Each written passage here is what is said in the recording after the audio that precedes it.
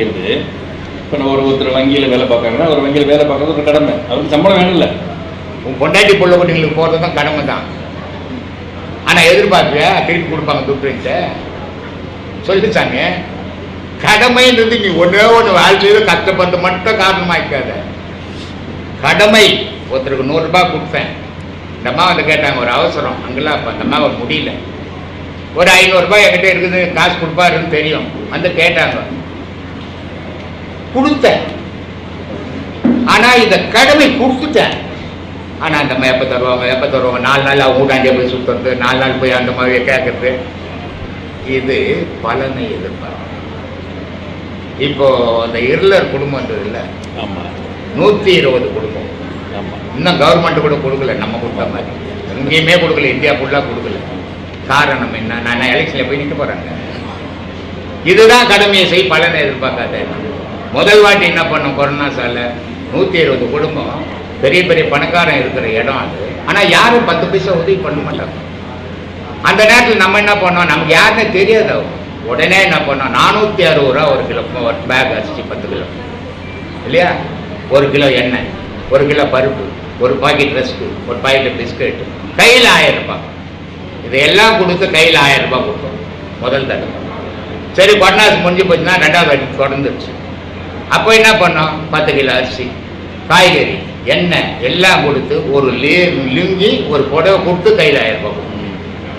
இப்போ அவங்களால நமக்கு என்ன நன்மை சொல்லு? நம்ம எதிர்பார்த்து கொடுக்கலையே. அதான் இது கடமை. ஒருத்த பசியோட சாவறான், அவனை காப்பாற்ற ஆள் இல்லை, உனக்கு மனம் இருந்தது கொடுத்த கடமை. ஆனால் அவங்க திருப்பி நமக்கு என்ன செய்வாங்கன்னு எதிர்பார்க்கக்கூடாது. அதுதான் தர்மம்.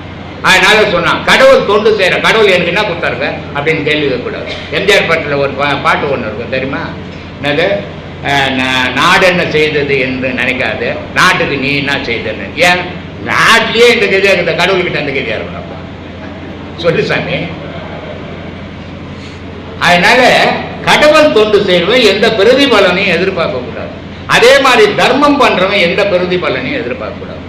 நான் ஒரு தர்மம் பண்றேன், எனக்கு அவங்க என்ன செய்வாங்க நினைச்சீங்கன்னா அது தர்மம் கிடையாது, கடன். தர்மத்தை பண்ணும்போது பிரதிபலனை எதிர்பார்க்க கூடாது.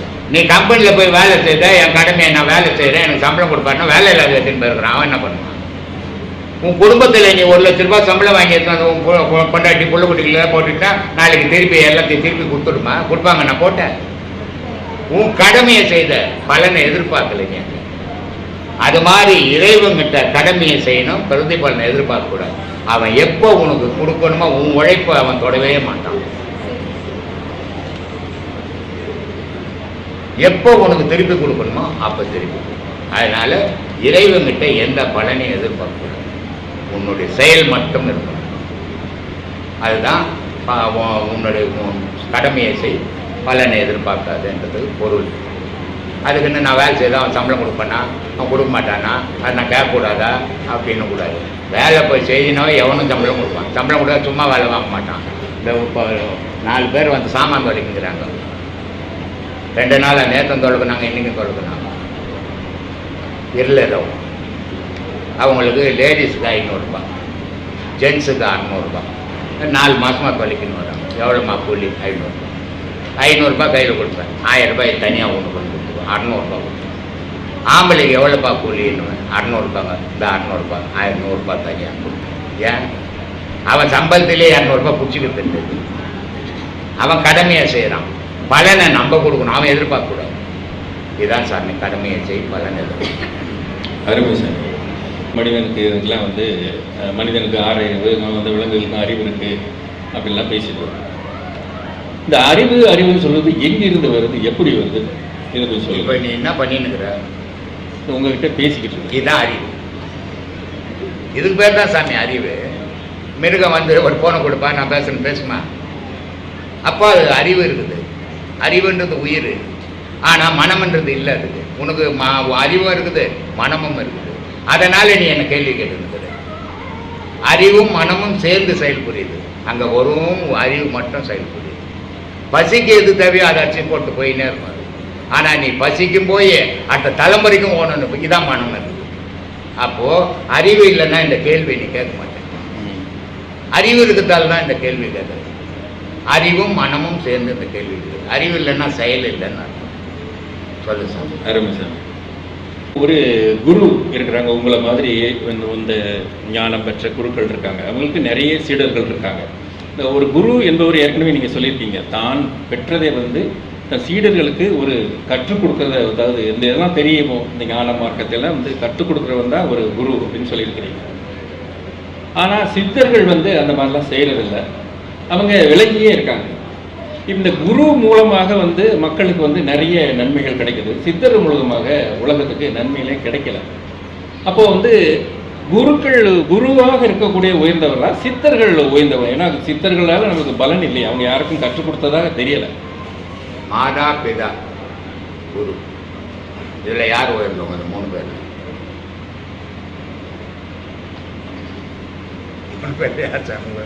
மாதா தான் தெரியும். மாதா தானே ஃபர்ஸ்ட் நம்ம அறிவு கொடுத்துனாங்க.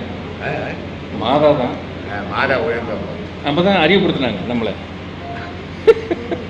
தான் சாமி, மாதா பிதா குரு, இந்த 3 பேர்ல யார் உயர்ந்தவங்க? குரு தான். அது எப்படி? முதல்ல உலகத்துல சும்மா பெத்து போனது சரி, ஆனா உலகத்துல உள்ள விஷயங்களை நீ இப்படி இருக்கணும் சொல்றது குரு சாமி. அதனால தான் ஒவ்வொரு ஸ்டெப்பா வச்சிருக்கு. மாதா பிதா குரு தெய்வம். அதனால குரு இதெல்லாம் சொல்றதால குரு உயர்ந்தவர் ஆயிடுவார் மாட்டார் கடவுளை விட. கடவுள் கடவுள் தான், குரு குரு தான். அதே மாதிரி சித்தர்கள் தான், குரு குரு தான். இதில் 4 விதமான பதங்கள் இருக்குது இல்லையா? ஞானி, சித்தர், யோகி இப்படின்னு. இதெல்லாம் மனுஷன் தானே. ஏன் இந்த பதங்களை வச்சிருக்கிறோம்? அவங்கவுங்க நிலைக்கு ஏற்ற மாதிரி ஒவ்வொரு பட்டம் கொடுத்து வச்சுக்கிறோம். சித்தர்கள், மகான்கள், ஞானிகள், யோகிகள். அப்போது சித்தர்கள் என்றவங்க மனிதனோட உறவாடாத, மனிதனுக்கு என்ன தேவை அது அத்தனையும் எழுதி கொடுத்தோம். கடவுள் மாதிரி கடவுளோடவே உறவாடி. ஞானிகள் கடவுளோடவும் மனிதர்களோடவும் உறவாடும். அதனால இந்த ஞானிகள் என்ன செய்கிறான்னா, மனிதர்களை எப்படி உள்ள வச்சுக்கிட்டு போகணும், இந்த மனிதர்களை எப்படி நல்வழிப்படுத்தணும், என்ன பேசுனா அவங்க நல்வழிக்கு வருவாங்க, என்ன செய்தால் அந்த கடவுள் வழிக்கு போவாங்க அப்படின்னு பண்ணுறவர் தான் குரு. அதனால குரு உயர்ந்தவரா சித்தர் உயர்ந்தவரா அவர் எதுவுமே சொல்லலைன்னா, கடவுள் கூட எதுவுமே சொல்லலை, ஆனால் கடவுளை பற்றி தான் பேசுவாங்க. அதனால உயர்ந்தவங்க எப்பவுமே பேச மாட்டாங்க, இந்த நடுத்தரமாக இருக்கிறவங்க தான் பேசுவாங்க. அது மாதிரி சித்தர்கள் எப்பவுமே மனுஷங்கிட்ட பேச மாட்டாங்க. இந்த மகான்கள் குருமார்கள் தான் பேசினாங்க. அதனால இவங்களுக்கு அந்த வேலை கொடுத்துருது. அடுத்த வாட்டி கடவுள் பார்ப்பாரு, நிறைய பேசியிருக்கிற, இனிமேல் வானா நீ சித்தனா போயிடு, காட்டுக்கு போயிடு அப்படின்னு அவர் அமிச்சாலும் அனுப்பலாம். ஏன்னா பதவி ப்ரமோஷன் மாதிரி இருக்கு. சரி சாமி, ஓய்வு எடுத்துக்கோங்க. உங்களுக்கு கடவுளை உதாரணம் சொல்லலாமா? ஐயோ அவ்வளோ பெரியானா நமக்கு ஏம்மா வம்பா போயிடுமா? அது மனிதன் அவனுடைய வாழ்க்கை எதை சாதிச்ச, நீ நல்லா சம்பாதிச்ச, நிறைய ஒரு 100 கோடி வச்சுக்கிற, நல்லா நீ சாப்பிட போகிற. ஆனால் எனக்கு 100 கோடி இருக்குதுங்க, எனக்கு மரணம் கிடையாது, அவர் ஒன்றும் இல்லை இருக்குதாரு, அவர் செத்து போயிடுவாருன்னு வாழ்ந்தீங்கன்னா பரவாயில்ல, அவர் வாழ போடுறாருப்பா 100 வயசு. ஏன்னா அவனை விட துட்டு இல்லாதவனை விட துட்டுகிறவன் தாண்டா பொட்டுன்னு ஆச்சாட்டங்களை சாவர.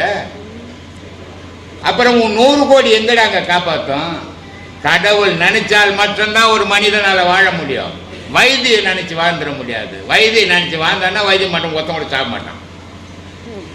ஏன்னா அவன் ஏற்றுற மருந்தை கடவுள் உள்ளேருந்து ஏற்றுக்கினா தான் ஏற்றுக்குவான். மருந்து ஏற்றுக்குச்சுங்க, அது போச்சு பாருங்கணும். கடவுள் அதை ஏற்றுக்கல, வெளித்தாள்னா ஏங்க ஓமாங்க மருந்தை ஏற்றுக்கலாம், அவள் தாங்க அவர் துபாய் போட்டு வருங்க அப்படின்னு. அப்போது இறைவன் உன்னுடைய உடலுக்குள்ள வாழ வரைக்கும் தான் உன்னுடைய நடமாட்டம், மாட்டங்கள், பாட்டங்கள் எல்லாமே. இறைவன் உன்னை விட்டு வெளியே போனான்னா நீ இந்த உலகத்தில் இருக்க மாட்டேன். இருக்கும்போதே இறைவனை நாடிடு. அதுக்காக தான் இந்த உடல் அமைப்பு வந்தது. அதை மறந்து நீ பணமோ வாழ்க்கை நான் என்ன சாதிக்க போற சொல்லுவாங்க பழமொழி. நல்ல வாங்கி சம்பாதிச்சு நார வாங்கி கொண்டு போறதா? நீ நல்லா சம்பாதி வச்சா சம்மந்தமே இல்லாதவன் சாப்பிட்டு உட்காந்துப்பான். வாழும்போது நல்லதை செய்து பழகு, அதுவே உன் வாழ்க்கைக்கு சிறந்தது. ஒரு நண்பர் கேட்டார், இவர் தான் கேட்டாருன்னு நினைக்கிறேன், நீயா கேட்ட சிவா? தர்மர் ஒருத்தர் கேட்டார், தர்மன் ரொம்ப தர்மம் பண்ணார், அவருக்கு மகாவிஷ்ணுக்கிட்ட ஒரு நல்ல மரியாதை. மகா தர்மனுக்கே ஒன்றும் கிடையாது, சாப்பாட்டுக்கே வழி கிடையாது. தர்மனே காட்டில் சுற்றி காய்கறி ஆக்கி கொண்டுவான். அவன் எங்கே தர்மம் பண்ண முடியும் சொல்லுமா? என்கிட்ட இருந்தால் தானே நான் 10 ரூபா கொடுக்க முடியும். நானே இல்லை 4 பேர் போடுவாங்களா, நான் நாயகன் தர்மம் பேரு தர்மன்னு வச்சுக்கினா நல்லவனா, செல்வோன்னு வச்சுக்கிறான் பிச்சை எடுக்கிறான், இல்லை அறிவு அழகான்னு வச்சுக்கிறான் முட்டாளாகிறான், அழகா பண்றான் கால் நொண்டியாகிறான். பேர வாழ்க்கை மனண்டா வாழ்க்கை, மனம் வாழ்க்கை. இந்த மனம் கர்ணனுக்கு இருந்தது, வேற எவனுக்கும் கிடையாது. மகாபாரதத்தில் வில்லாளன் அர்ஜுனன் ஒரு வில்லாளன். யாரை கொண்டான்னு எனக்கு தெரியல, யாரையுமே கொல்லல அர்ஜுனன். அப்படி வில்லாளன். துரோணரை கிருஷ்ண பரமாத்மா போய் நீ இனிமேல் வாழக்கூடாது, நீ பண்ணதெல்லாம் தப்பா போச்சு அப்படின்னும் போது அவர் கம்முன்னு உட்காரும் போது துருபத மன்னனுடைய புள்ள வந்து கழுத்தை வைக்கிறார் இல்லையா? அப்ப அவர் செத்து போறார். அங்க அர்ஜுனன் கொல்லலை. பீஷ்மரை கண்ணன் போய் பீஷ்மர் இருக்கிற வரைக்கும் எவனாலையும் ஜெயிக்க முடியாதியா அப்படின்னு அர்ஜுனங்கிட்ட சொல்லிடுறான். பீஷ்மர் இந்த போர்க்களத்தில் நிற்கிற வரைக்கும் எந்த கொம்பனாலையும் ஜெயிக்க முடியாது. சரி, அவரை என்ன பண்ணுறது, வரேன் இருந்துட்டு கண்ணன் இறங்கி போடுறாரு. ஐயா நீ சண்டெல்லாம் போடாத, நீ நிறைய பாவம் பண்ணிட்டுக்கிற, நீ இனிமேல் என்கிட்ட வந்துடுனார். இல்லை நான் எடுத்து சண்டை போடுவேன், உன்னால் சண்டை போட முடியாது என்கிட்ட அப்படின்றான் பீஷ்மர். இல்லை எனக்கு சக்கரம் ஒன்றே போதும்ன்றார். நீ ஆயுதமே எடுக்கக்கூடாது, சத்தியம் பண்ணவனாச்சு அப்படின்ற. அப்படிப்பட்ட பீஷ்மரை முட்டி போட வச்சு கொள்றான். இங்க துரோணரை கொண்டனும் கண்ணன், பீஷ்மரை கொண்டனும் கண்ணன். கர்ணனை எதிர்த்து சண்டை போட முடியல, நாகாஸ்திரம் கொண்டான் அர்ஜுனனை நோக்கி. எல்லாரையும் ஒரு முறை கொண்டாங்க, கர்ணனை மட்டும் 5 முறை கொண்டாங்க. ஏன்னா ஒரு முறை கொல்ல முடியல அவனை, அவ்வளோ பெரிய தர்மவானவன். அப்போ அவனை வந்து அவன் நாகாஸ்திரம் விடுறான், அர்ஜுனுடைய தலை தனியா போயிடும். அர்ஜுனை மறந்து போறான். என்ன இந்த மாதிரி வேலை பண்ணிட்டான், நான் தப்ப மாட்டேன் போல, நீ கம்மனு பக்கத்துல இருந்து தேரை உள்ள அமைக்கிறான். நாகாஸ்திரம் மேலே போயிடுச்சு. அப்போ அர்ஜுனனையும் இவன் கொல்ல முடியல, கர்ணனையும் இல்லை. அப்போ வில்லாளன் அப்படின்னா யார்? பீஷ்மன் வில்லாளன், துரோணன் வில்லாளன், கர்ணன் வில்லாளன், அர்ஜுனன் வில்லாளனே கிடையாது, ஒரு கோழை. ஏன்னா கடவுளையே பக்கத்தில் வச்சுக்க நீ என்னடா போர் புரியுத, எல்லாரையும் கடவுள் கொண்டு வரான். அவன் எவனுமே இல்லாத எதிர்த்து சண்டை போட்டான், அவன் தான்டா வீரன் இல்லையா? அப்படிதாம்மா அந்த மாதிரி கத்திங்கடமா. அப்ப நீங்க எல்லாரா இருக்கீங்க. நீங்க சித்தரும் இல்ல, முனிவரும் இல்ல, அறிவரும் இல்ல, தாபதரும் இல்ல. ஆனா அறிவை ஆயுதமா வச்சு மனதை பழக்கி எப்படி ஒரு மனிதன் உயர்ந்த ஒரு வாழ்க்கை நெறிய அடைய முடியும் சொல்லித்தர மாபெரும் மனிதர். சரிங்களா? வாழ்க்கையிலுமா ஒவ்வொரு மனிதனுக்கும் தோல்வி படிக்கட்டுகள் இருக்குது, வெற்றி படிக்கட்டுகள்னு ஒன்று இருக்குது. எவன் ஒருத்தன் வெற்றி படிக்கட்டில் ஏறிட்டானோ அவனுக்கு அறிவு வளர்ச்சி வராது. ஏன்னா மம்மதை வந்துடும், ஆணவம் வந்துடும், நான் ஜெயிச்சிட்டேன். எவன் ஒருத்தன் தோல்விகளை அடையிறானோ அவனுக்கு அறிவு வளர்ச்சி ஏற்படும். அவனுக்கு ஆணவமே தலை தூக்காது, அனுபவம் மட்டும் தலை தூக்கி நிற்கும். என்னுடைய வாழ்க்கையில் நான் தோல்வியே அடைஞ்சு வந்துவேன், அதனால் அனுபவம் தம்மா பேசிக்கிறேன். எங்களுக்கு அறிவை புகற்றுவீங்க. உங்களுக்குன்னு இல்லை, அவங்களுக்கெல்லாம் எல்லாருக்கும். ஏப்பா டீ கொஞ்சம் கொடுங்களப்பா. ஓம் அப்படிங்கிற மொழிப்பே உயிர்களை நமக்கு வளர்க்கும், அறிவு ஞானத்தை கொடுக்குன்னு சொல்றீங்க. அப்புறம் எதுக்குங்கய்யா சிவாய நம, ஓம் நாராயணாய அப்படிங்கிற மந்திரங்களை நமக்கு இதெல்லாம் பேசணும்? இப்போதானம்மா சொன்னேன், ஓம் நமோ நாராயணா, ஓம் நமச்சிவாயா, ஓம் சக்தி. இது 3மே எனக்குள்ளேயே இருக்கிறத நான் வழிபடுறேன். கோவிலாக போய் வழிபடல. ஏன்னா ஓம் நமோ நாராயணா என்னை காப்பாற்றப்பா, மூச்சா இருக்கிற நீ. ஓம் சக்தி குண்டலி சக்தியா என் உடல்ல உஷ்ணத்தை சீராக வச்சுக்க அம்மா தாயே அப்படின்னு சொல்கிறேன். ஓம் நமச்சிவாயா, அப்பா நான் நல்லா பேசணும், எனக்கு ஒளி வரணும், தொத்துவாயிடக்கூடாது, அதுக்கு நீ தான் துணை வேணும். ஓம் நமச்சிவாயா. அப்போது முப்பொருளையும் நான் வழிபட்டு தான் வணங்கி தான் வாழறேன். இந்த முப்பொருள் இல்லைன்னா நான்ன்றது ஒன்று இல்லை இல்லையா? நான்ன்றது என்னோடு இருக்கணுமே தவிர நான்ன்றது மேலே பாயக்கூடாது. அது ஆணவத்தினுடைய உச்சம் இல்லையா? ஆனால் நான்ன்றது ஒன்று இல்லைன்னா நீன்றது ஒன்று இருக்க மாட்டேன் இல்லையா? என்கிட்ட ஒருத்தர் வந்தார், சாமி நான் என்றமே அது ஆணவம் இல்லையா? இல்லைப்பா, அறியாமையில் ஆணவம்னு சொல்லுவேன். நான்ன்றது ஒன்று இல்லைன்னா நீன்றது ஒன்று இருக்க மாட்டேப்பா அப்படின்னு. ஏன்னு சொல்கிறேன்னா, நான் இருக்கிற வரைக்கும் தான் என்னுடைய வாழ்வு நடக்கும். நான் என்ற ஆன்மா போச்சுன்னா எனக்கு வாழ்வு இல்லை. அதே மாதிரி நீன்ற ஆன்மா நான்ன்றது இருந்தால் தான் உன்னை பார்க்க முடியும், உன்னை அறிய முடியும். நான் இல்லைன்னா உன்னை எப்படி அறிய முடியும்? முடியாது. அப்போது நான் அவசியம். இந்த நான்ன்றது எப்படி பட்டதாக இருக்கிறோம்? பல பேருக்கு அன்பு செய்கிற நானா, பல பேர் அடக்கிற நானா இருக்கக்கூடாது. அது ஆணவத்தினுடைய உச்சம். அது அதனால அப்படி இருக்கக்கூடாதுன்னு நினைக்கிறோம். இருந்தாலும் கேட்குறேன், அப்படி அந்த 2 மகாராணிகளுக்காக இவர் வந்து இவரால் தான் அந்த அம்பிகாவுக்கும் அம்பாலிக்காவுக்கும் பிள்ளைகள் பிறகு இவர் வந்து மகான். ஆனால் இந்த பிள்ளைங்க வளர்ந்த பிறகு இவங்க ஏன் திருதராஷ்டிரர் சகுனியோட பேச்சு கேட்டு எது தவறான வழியில் இது தப்புன்னு தெரிஞ்சிருந்தோம், கூட பிறந்த தம்பி பண்ண துரோகம் அப்படின்னு தெரிஞ்சிருந்தோம், எதுக்கு அவர் சுயபுத்தி இல்லாமல் தவறான செயலை அவர் கொடுக்க வேண்டிய ஸ்தானத்தை கொடுக்காம இவர் எதுக்கு அந்த மாதிரி போனார்? இவர் திருதராஷ்டிர மன்னர், இவர் வந்து யாருக்கு கொடுக்கல? பாண்டு மகாராஜாக்கு. அவர் அடுத்தது அவர் பிள்ளைங்களுக்கு தானே கொடுக்கணும். அது இல்லை, பாண்டு இறந்த பிறகு. இது எப்படின்னா, அந்த பரம்பரைன்னு ஒன்று வச்சுக்கிறாங்க தெரியுமா? அதில் சில சிக்கல்லாம் உண்டு. இப்போது நான் இருக்கிறேன், எங்கள் அண்ணா இருக்கிறாரு, எங்கள் அண்ணனுக்கு 4 பசங்க இருக்குது, எனக்கு 4 பசங்க இருக்குது. எங்கள் அண்ணன் இறந்துட்டாருன்னா எங்கள் அண்ணன் பிள்ளைங்க தானே மன்னராக வரணும். ஆனால் வயசில் பெரியவங்க நான் தானே, எனக்கு வச்சுருவாங்க. ஏன்னா திருதராஷ்டிரனுக்கு இளமையிலேருந்து பார்வை இல்லாதால இவன் ஆட்சி நடத்தக்கூடாது அப்படின்னு பீஷ்மர் அதை தடுக்கிறாரு இல்லையா? அப்போத்துலேருந்தே பீஷ்மர் மேலே அவனுக்கு கோபம். 2வது அவன் கோபத்தை உருவாக்கிக்கிறான், தனக்குள்ள வெறியை உருவாக்கிக்கிறான். பார்வை இல்லைனாலும் தான் மன்னனாவில் தன்னுடைய தம்பி மன்னனாக இருக்கிறான்றதுக்காக அவன் தனக்குள்ளவே அந்த பொறாமையை உருவாக்கி உடம்பு முழுக்க விஷமாக மாற்றிக்கிறான். அவன் அந்த விஷத்தில் பிறந்த பிள்ளை தான் துரியோதனன். அப்போது அவர் அவர் மகானோட பிள்ளைன்னு சொல்லிட்டு கூட மகானுடைய பிள்ளையே இல்லைம்மா. அவன் மகானே அந்த அந்த இடத்துல தவறு நடந்து போச்சு இல்லை? சத்தியவதி என்ன பண்ணுறாங்க? சத்தியவதி வந்து வியாசரா அழைச்சிட்டு வந்து முதலம்மா தப்பு இல்லையா இது?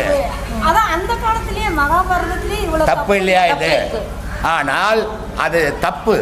ஆனால் அவங்க என்ன செய்தாங்கன்னா, வம்சாவழி இல்லை, இந்த வம்சாவழி ஓணுன்னா முன் பிள்ளைய எடுத்துன்னு வந்து 2வது பேரன் மருமகளவங்கிட்ட விட்றாங்க இல்லையா? அந்த மருமகளவங்க மூலியமாக தான் 3 பிள்ளைங்க பிறகு. இந்த 3 பிள்ளையில என்ன பண்ணுது? அந்த மருமகளவங்க என்ன பண்ணுறாங்க?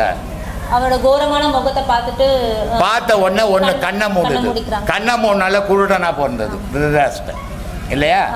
ஒரு அம்மா ரசித்தாங்க இல்லையா? அதுக்கு பிறந்தது பாண்டுவா. பனிப்பெண் பிறந்தது அறிவாளியா விதுரர். அப்போது இந்த 3 குழந்தைகள் தான் அந்த வம்ச வரலாறு ஆகிப்போச்சு. ஆனால் விதுரர் அறிவாளியாக இருந்து கூட விதுரருக்கு தர வேண்டிய மரியாதையை அந்த இதில் கொடுத்தாங்களா? அவர் ஒரு வேலைக்காரனாவே தான் கடைசி வரைக்கும் வச்சுருந்தாங்க. அதனால தான் விதுரர் வில்லு எடுத்தால் எதிர்த்து நிற்க ஆள் கிடையாது. ஆனால் விதுரர் கடைசி வரைக்கும் வில்லு எடுக்கவே இல்லை, வில்லையே உடச்சிடுறாரு இல்லையா? அந்த மாதிரி வந்தது மகாபாரதம். மகாபாரதம் தான் இன்னைய வாழ்க்கை, மனுஷனுடைய வாழ்க்கையை. மகாபாரதத்தை தாண்டி ஒருத்தனால உலகத்தில் வாழ்க்கையே நடத்த முடியாதுமா. மகாபாரதம் ஒரு நிஜக்கதை.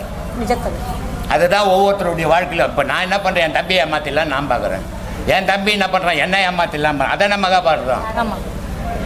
ஊரை ஏமாத்திடலாம் நான் நினைக்கிறேன், ஊர் என்ன ஏமாத்திடலாம் அதான மகாபாரதம். எல்லா செயலும் வச்சுக்கிறான். எந்த கதையிலையும் உலகத்தில் ஒரு கதையில் மகாபாரதம் மாதிரி ஒரு கதையே கிடையாது. தனியாக எதுவுமே நடக்கலை. சொல்லு. அப்படி இன்னொரு கேள்வி என்னன்னாக்கா, அவரோட வேதவியாசோட மந்திர சக்தியால் தான் வந்து காந்தாரி பெற்ற ஊர் பிண்டம் அது 100 வந்து டிவைட் பண்ணி அவரோட மந்திர சக்தியால் தான் வந்து உயிர் கொடுத்தார்.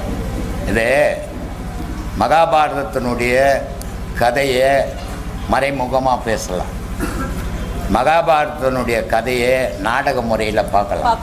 ஆனால் மகாபாரதத்தினுடைய கதையை நேரடியாக பேசக்கூடாது. பேசணும்னா விபரீதங்கள் வரும்.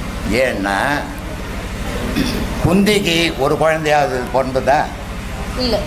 யாருக்கு பிறந்தது? திருதராட்சர். இல்ல இல்ல குந்திக்கு பாண்டுவுக்கு குழந்தைய பிறக்கலம்மா. ஆமாம். சூரியன் சூரியன் இல்லை இல்லை பஞ்சபூதங்களாலையும் அவங்களுக்கு 6 பிள்ளைங்க குந்திக்கு. 6மே குந்தி பெத்தெடுக்கல. வரமாக தான் கிடைச்சது இல்லையா? எல்லாமே கற்களால் நடந்தது தான். சரி, குந்தி வந்து ஒரு மாமியார், ஒரு சிறந்த மாமியார், 6 பிள்ளைங்களை பெற்றெடுத்த மாமியார். அப்படி இருக்கட்டும். அர்ஜுனன் போய் திரௌபதியை திருமணம் விழாவில் ஜெயிச்சு எடுத்துன்னு வந்தான். அர்ஜுனன் எடுத்துன்னு வந்த அம்மா நான் ஒரு கனி எடுத்துன்னு வந்துக்கிறேன்னு குந்திக்கிட்ட சொல்கிறேன். குந்தி என்ன சொல்லணும், எடுத்துன்னு வந்தேன் நான் பார்க்குறேன் அப்படின்னு பார்த்துல சொல்லியிருக்கணும். அதான் நான் முறை, ஏன்னா உனக்கு அனுபவம் இருக்குது. ஆனால் நீ என்ன சொன்ன, 5 பேரும் பங்குட்டுக்கு வந்தேன். ஒரு பெண்ணை 5 பேர் வச்சுக்கினா வீட்டில் சேர்ப்பாங்கல்ல. அதனால் வாழ்க்கையில் வந்து சில விஷயங்கள்லாம் பப்ளிக்கில் பேசலாம், சில விஷயங்கள்லாம் பேச முடியாது, விபரீதங்கள் ஆயிடும் இல்லையா? ஆனால் அதெல்லாம் நம்ம தெரிஞ்சுக்கணும், அது கட்டாயம். ஆனால் அதை பப்ளிக்கில் பேச முடியாது. அதனால் இந்த மகாபாரத கதை மொத்தமே தெரியும் எனக்கு, ஆனால் பப்ளிக்கில் நம்ம பேச முடியாது. ஒரு சில விஷயங்களை தான் சொல்ல முடியும். எல்லாத்தையும் சொன்னோம்னா குழப்பமாயிடும் இல்லை? ஆமாம். அப்புறம் அதான் என்னோட கேள்வி தான், மகான்கள் குழந்தைகள் பிறந்து கூட இவங்க தவறு செய்கிற நிலையில் போகிறாங்களேன்றது தான் என்னோட கேள்வி. எப்பவுமே மகானாக இருக்கட்டும் மனுஷனாக இருக்கட்டும், தவறு செய்கிறேன்னு நினச்சான்னா தான் அதுலேருந்து விலகுவோம். ஆனால் அது தவறு இல்லை, நன்மைன்னு செய்யும்போது அதை செய்வோம். அது மகானாக இருந்தாலும் மனுஷனாக இருந்தாலும் சரி. அதை தான் அன்றைக்கி நடந்தது. இது ஏன் இந்த கதை வந்தது அப்படின்னா, உலகம் இப்படி தான் அழியும் அப்படின்னு அடையாளம் தான் அது இல்லையா? ஒரு வீட்டில் வந்து 5 பொண்டாட்டியை கட்டிக்கின்னு ஒரு பொம்பளை இருப்பாள். சரி, திரௌபதிக்கு 5 புருஷன், ஒரு புருஷனு கூட ஒரு குழந்தை கூட போகிறதுக்கு இல்லையா? டாக்டர் கிட்ட செக் பண்ணுவானே பார்த்தேன். அதே அர்ஜுனனுக்கு சுபத்ரகிட்ட அபிமன்யு பிறந்தானே, பீமனுக்கு இவன் பிறந்தானே, இது கடை இருக்குச்சு. அப்போது மற்றவங்களுக்கெல்லாம் பிள்ளைங்க பிறந்துருக்குது, இங்கே மட்டும் ஏன் பொண்டாட்டிக்கு பிறக்கல? இது இப்படிலாம் கேள்விகள் வளர்ந்துடும். அதனால் சில விஷயங்கள்லாம் பகிரங்கமாக பேச முடியாதும்மா. ஆனால் அது எனக்கு தெரியாதுன்னு மட்டும் நினச்சிக்காது. இல்லை ஐயா, நம்ம என்னதான் வந்து திரைப்படங்களில் பார்த்தாலும் நிறைய பேர் சொல்லுவாங்க, திரைப்படங்கள் வேறம்மா. திரைப்படங்கள் வந்து சில குறிப்பிட்ட சீனுங்க வரைக்கும் எடுத்துப்பான், ஆனால் முழுமையாக அதில் உள்ளே போக மாட்டான். முழுமையாக எடுத்து போட முடியாது, போட்டால் அது எத்தனை நாள் ஓடணும் படம்.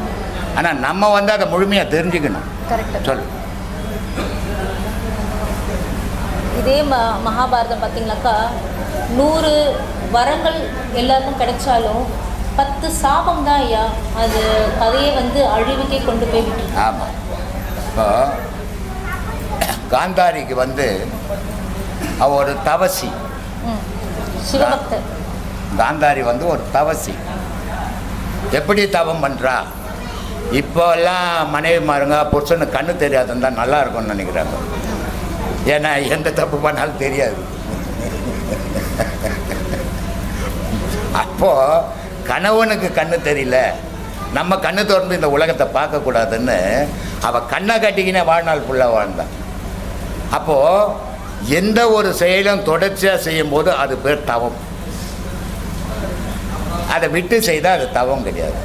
ஆனால் காந்தாரி வந்து தொடர்ச்சியாக கண்ணை கட்டிக்கினே வாழ்ந்தான் வாழ்நாள் முழுவதும். அதனால் அவளுக்கு தவம் ஏற்பட்டது. இதில் மகாபாரத போரில் அர்ஜுனன் சிறந்தவன், பீமன் சிறந்தவன் அப்படின்லாம் பேசுவாங்க. ஆனால் உண்மையாக யோசித்து பேசுறதில்லை, ஒன் சைடாக பேசுறது.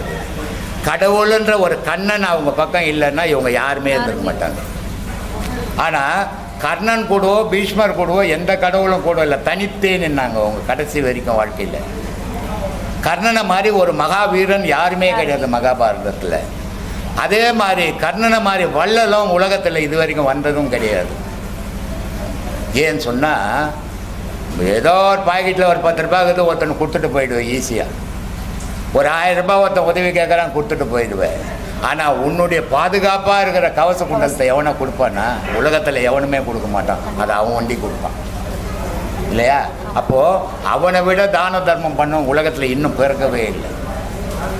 கர்ணனுக்கு அப்புறமா தமிழ்நாட்டில் தர்மத்துக்கு பண்ணான்னா பாரி, கேள்விப்பட்டுக்கிறீங்களா? பாரின்னுட்டு பாரி. கர்ணனுக்கு அப்புறம் தமிழ்நாட்டில் ஒரு வள்ளல் யாருன்னா பாரி. பாரி தான் வல்லது. அதனால தான் எல்லா மன்னனை விட அவை பாரிக்கு தனி முக்கியத்துவம் கொடுத்தது. பாரினுடைய பெண்களை அவை தான் காப்பாற்றுச்சு மூவேந்தர்கிட்ட வச்சு. அப்போது அவ்வளோ சிறந்தவன் கர்ணன். ஆனால் அவன் யாருடைய தயவுலையும் வாழவே இல்லை கடைசி வரைக்கும். அவன் ஒரு நாடே கொடுத்துக்கூடாது, நீ எடுத்துக்கிட்டான்றான், எனக்கு தேவையில்லடாதுன்றான். அவன் வீரத்துக்கும் யாரும் குரு காரணமே இல்லை, அவன் வீரம் கெடுறதுக்கும் கண்ணனே காரணமாக இருந்துட்டான். ஆனால் கண்ணனுக்கு கூட இல்லாத பேர் கர்ணனுக்கு உண்டு இல்லையா? ஒவ்வொருத்தனுடைய உலகத்தினுடைய வாயில் கண்ணனை பற்றி கூட வராது, ஆனால் கர்ணனை பற்றி வரும். ஏன்னா அவன் வாழ்க்கை எவ்வளோ சிறந்தது. அதே மாதிரி பீஷ்மர் எவனாவது பண்ணுவான்னா, ஒரு அப்பா வந்து ஒரு பொண்ணை விரும்புகிறான், என்ன பண்ணுவான்? அப்பனை கொல்லுவான். அதானே செய்வான். அதானே இப்போ பண்ணுவாங்களா பண்ண மாட்டாங்களா? பண்ணுவாங்க. ஆனால் பீஷ்மர் என்ன பண்ணார்? நம்ம அப்பனுடைய மனம் கோணக்கூடாது அப்படின்னு சத்தியவதியை கல்யாணம் பண்ணி வச்சார் இல்லையா? அந்த சத்தியவதியை கல்யாணம் பண்ணும்போது சத்தியவதி என்ன கேட்குறாங்க? நீ புள்ளடா, இந்த நாட்டுக்கு நீ அரசன் ஆயிடுவ, அதனால நான் உங்க அப்பனை கட்டிக்க மாட்டேன்றான். அதனால அவர் என்ன சொல்றாரு? நான் கல்யாணமே பண்ணிக்காத பிரம்மச்சாரியா இருந்துடுறேன், கல்யாணம் பண்ணாதானே எனக்கு குழந்தை பிறக்கும், வம்ச வழி வரும், எனக்கு கல்யாணமே தேவையில்லை, நீ உனக்கே குழந்தைங்க பிறக்கட்டும், இந்த நாட்டை ஆளட்டும்ன்றாரு. இந்த மாதிரி தியாகம் எவன் பண்ணுவான்? அதனால இதெல்லாம் தியாகத்தினுடைய உச்சம். அவ்வளோ பெரிய சிறந்த ஒவ்வொரு மகாபாரதம்ன்றது கற்பனை கதையாக இருக்கட்டும், நிஜ கதையாக இருக்கட்டும், ஒவ்வொரு கதையும் ஒவ்வொருத்தருடைய வாழ்க்கையிலையும் இருக்கும். அதில் அவ்வளோ உன்னிப்பான விஷயம். உலகத்தில் வேறு எந்த கதையிலும் மகாபாரதம் மாதிரி ஒரு மனுஷன் வாழ்க்கைக்கு ஒத்து வராது. இப்போ இன்றைய கால பெண்களுக்கு நடக்கிற அநீதி கூட வந்து திரௌபதி தேவி ஒரு உதாரணமாக தான் இருந்திருக்காங்க. எல்லாமே அப்பவே நடந்ததுமா. பெண்ணுக்கு அநீதியும் அப்பவே நடந்தது, ஆணுக்கு துரோகமும். இந்த பிரபஞ்சம் தோன்றியது எப்படி, அது எங்கிருந்து வந்தது? ஆகாயத்திலிருந்து வந்ததுமா. நேற்று கூட யாரோ ஒரு கேள்வி கேட்டாங்க, 5 பஞ்சபூதத்திலையும் உயர்ந்தது எதுன்னு. மண் இருக்குது, நீர் இருக்குது, நெருப்பு இருக்குது, காற்று இருக்குது, ஆகாயம். 5 பஞ்சபூதத்திலையும் சிறந்தது ஆகாயம். அதே நேரத்தில் 5 பஞ்சபூதத்திலையும் அழகானது ஆகாயம் இல்லையா? இது சொல்லுவாங்க, மரம் செடி கொடி சோலை மாதிரி இருக்குது. ஒரு இடத்துல சோலை மாதிரி, ஒரு இடத்துல நாற்று அடிக்கும். ஒரு இடத்துல காற்று வீசும் போது இதமா இருக்கும் உடலுக்கு, ஒரு இடத்துல வீசும்போது இந்த காற்று ஏன் அடிக்குதுன்னு திட்ட ஆரம்பிச்சு இல்லையா? ஒரு இடத்துல வெயில் வரும்போது இதமா இருக்கும், ஒரு இடத்துல வெயில் காயும் போது தாங்கவே முடியாமல் போயிடும். அப்போது எல்லாத்தையும் மனிதன் வாழ்த்துவான், எல்லாத்தையும் திட்டுவான். ஆகாயத்தை மட்டும் எவனும் திட்ட மாட்டான், திட்டவும் முடியாது.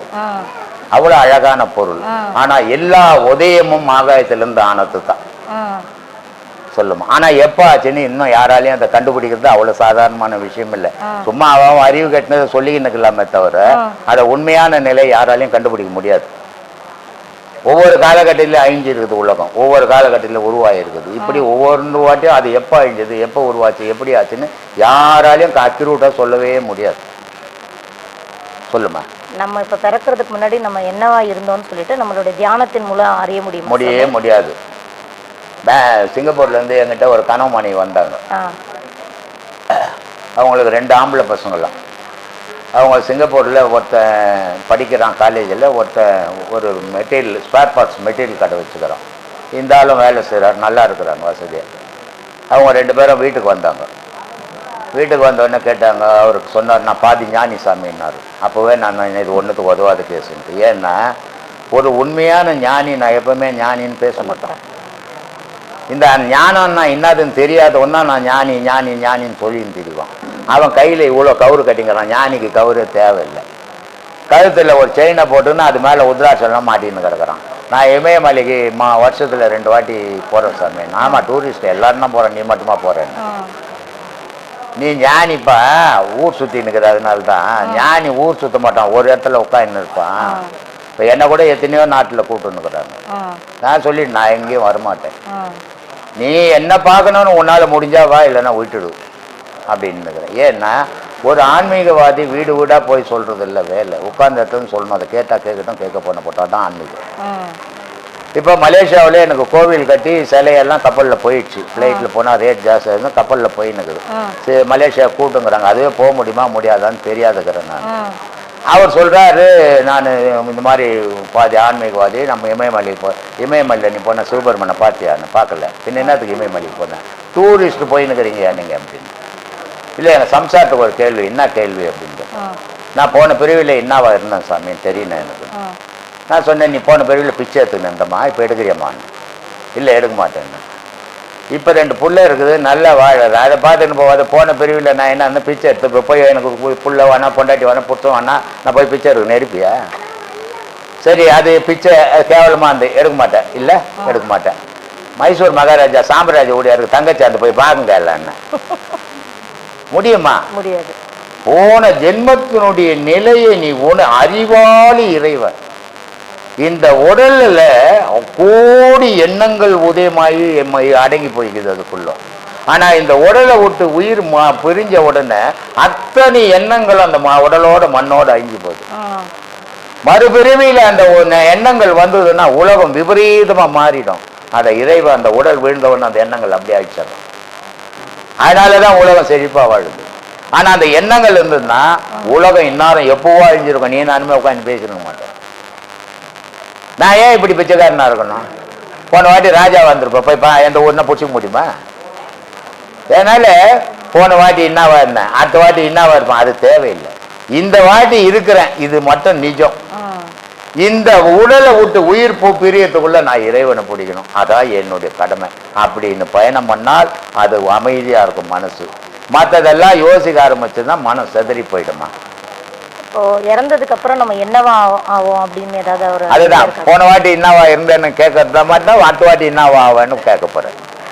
உயிரோட உன்னுடைய எண்ணங்கள் கலந்தா அடுத்த வாட்டி மனிதனா இருப்ப. உடலோட உயிரை மறந்து உடலோட எண்ணங்கள் இருந்தா உன் கண்ணெதிர்வே இருக்கிற மிருகங்களா கூட இருப்ப. கடமை செய் பலனை எதிர்பார்க்காதுன்னு கீதையில சொல்லியிருக்காங்க சாமி. இப்போ இந்த காலகட்டத்துக்கு அது ஏற்புடைய எந்த காலகட்டத்திலயா இருந்தாலும் சரி. இப்ப நீ ஒரு வேலைக்கு போற, அவன் உன் படிப்பு உன்னுடைய செயலை வச்சு அவன் உனக்கு ஒரு சம்பளம் நிர்ணயம் பண்றான். ஆனா நீ என்ன நினைக்கிற, இந்த சம்பளம் எனக்கு பத்தாது, எனக்கு அதுக்கு மேல 3 மடங்கு ஒன்ன கொடுப்பானா? தேத்தி போடுவான். இல்ல கொடுக்கறத வாங்கின்னு வேலை செய்தா சம்பளம் வரும். ஆனா ஒரு சாதாரண வயிற்றுக்கு பிழைக்கிற சம்பளத்திலே இந்த மாதிரி கதைன்னா இறைவனுக்காக உழைக்கிறதுல நீ ஊதியம் எதிர்பார்த்தீங்கன்னா உனக்கு பலன் கிடைக்குமா? சொல்லு. ஏன்னா இறைவன் யாருடைய உழைப்பையும் தொடர்றதே கிடையாது. நீ எவ்வளவு உழைக்கிறியோ அவ்வளவு உழைப்பையும் சேர்த்து வச்சுக்கிற. பெங்களூர்ல என்ன ஒரு நண்பர் கேட்டாரு, சாமி நான் இன்னும் இவ்வளோ வருஷமா கடவுளை தேடினேன், எனக்கு ஒரு சரியான குரு கிடைக்கல, இப்போ மட்டும்தான் நீங்கள் கிடைச்சிக்கணும், இன்னும் வரவே இல்லை அவர் சொல்லி 3 வருஷம் ஆச்சு. இது மாதிரி சில பேர் தன்னையே தான் மிகைப்பட்டின்னு பேசுவாங்க. ஆனால் உதவாதவன் நம்ம தெரிஞ்சுக்கணும். இப்படி பேசுகிறான்னாவே இவன் நயா பேசா கூட உதவாதவன் அப்படின்னு நம்மளே முடிவு பண்ணணும். அவன் சொல்கிறான், இவ்வளோ நாள் என்ன ஒரு குருவை தேடின கிடைக்கல, இப்போ தான் நீங்கள் கிடைச்சிக்கிறீங்க, அது ஏன் இவ்வளோ நாள் கிடைக்கல இப்போ மட்டும் கிடைச்சதுன்னா? கல்யாணம் ஆயிடுச்சாண்ணா? ஆயிடுச்சுண்ணா. பசங்க இருக்குதாண்ணா? இருக்குது அப்படின்னு. கல்யாணத்துக்கெல்லாம் போய்க்கிறியாண்ணா? போய்க்கிறேன். பசங்களை எட்டு போய்க்கிறேன். இப்போ ஒரு கல்யாணத்துக்கு உன் பசங்கள்லாம் எட்டு போய் பார்த்துக்கிறேன். பையனுக்கு 10 வயசு, அங்கே ஒரு கல்யாணம் நடக்குது. பையன் அந்த கல்யாணம் நடக்கிறத பார்த்தான். வீட்டுக்கு வந்த உடனே பையன் கேட்குறான், 10 வயசு பையன், எப்போ அதே மாதிரி கல்யாணம் எனக்கு பண்ணணுன்னா பண்ணுவியாப்பா அப்படின்னு. பண்ண மாட்டேன். ஏன் பண்ண மாட்டேன்? அதுக்கு ஒரு பொறுப்பு வரணும், வளர்ச்சி ஓடணும், இதெல்லாம் வந்தப்பதான் இதை தான் கடவுள் பண்ணிங்கிறான் உனக்கு. உனக்கு எப்போ இது தேவையோ இறைவனுக்கு தெரியும், உனக்கு தெரியாது. நீ எப்போனா எத்தவொன்னா ஆசைப்படுவேன். உனக்கு எப்போ இறைவன் கொடுக்கணும்னு நினைக்கிறான் அப்போ தான் கிடைக்கும். அதை இப்போ நினச்சிக்கிறான் கிடைச்சது யானை இன்னும் வரான் அவன். அது மாதிரி நிறைய பேர் சும்மா பகட்டுக்கு ஃபோன் பண்ணி பேசின்னு பண்ணுங்க, நிறைய வீணான கேள்விகள் கேட்பானுங்க. உதவாதவன் நினச்சிக்கிறது நான். ஏன்னா நான் பேசுகிறேன், உனக்கு பிடிச்சா பாரு, பிடிக்கலன்னா இது தேவையில்லையா இருந்தாலும் சரியா பேசலையா தூக்கி போட்டு போ. எனக்கு போன் பண்ணி நீ சரியா பேசல அப்படின்னு சொல்ற, சரி நான் சரியா பேசல, எனக்கு நீ சரியா பேசு உலகத்துக்கு, அது ஏன்னா உன்னால் செய்ய முடியுமா? முடியாது. ஏன்னா அப்படி முடியிருவேன், எனக்கு போன் பண்ண மாட்டான். அப்போ நான் முடிவு பண்றது இது நயா பைசா கூட ஏதோ வேலை வெட்டி இல்லாத கேஸ் இது அப்படின்னு நான் முடிவு பண்ணிக்கிறது. அது மாதிரி சில விஷயங்களை வாயோட போகும், சில விஷயங்கள் செயலோட போகும், சில விஷயங்கள் மனசோட போகும். இது எல்லாத்தை விட மனசோட போறது தான் கூடவே வரும், மீது எல்லாம் தெருவோட போயிடும். சொல்லுமா? அத காரண காரியத்தோட தான் ஒவ்வொருத்தரும் சந்திக்கிறோம். ஒரு காரணம் இல்லாம ஒரு காரியம் கிடையாது, ஒரு காரியம் இல்லாம ஒரு காரணம் கிடையாது. அதனால தான் நான் அடிக்கடி சொல்லுவேன், இறைவன் எப்படி இருக்கிறான், நீ வெளியே போய் தேடாது, உன்னை தேடும். இறைவன் எப்படி இருக்கிறான்னு உன்னை தேடினா தான் அது கிடைக்குமே தவிர உலகத்தில் தேடினா கிடைக்காது. ஏன்னா உலகமே கடவுளாக தான் இருக்கிறான். அப்புறம் நீ எங்கே எத்த கடவுள்னு சொல்லவே முடியாது. ஆனால் உனக்குள்ள தேடினா கடவுள் தெரிஞ்சிடுவான் அப்படின்னு. அதனால சொல்லுவேன், கடவுள் எப்படி இருக்கிறான்? இல்லாத ஒன்று இருந்து கொண்டு ஏக்கி கொண்டு ஏங்குவது எதுவோ அதுவே கடவுள். இப்போ உன் மூச்சு இருக்குதா இல்லை தெரியாது, தெரியுமா? காட்ட முடியுமா? இருக்கட்டும்னா முடியாது. ஆனால் இல்லைன்னு சொல்ல முடியுமா? இல்லைன்னு சொன்ன நீயே இருக்க மாட்டேன். அப்போ அது இருக்குது, அதுவும் ஏங்குது, உன்னையும் ஏக்குது, அதான் கடவுள்.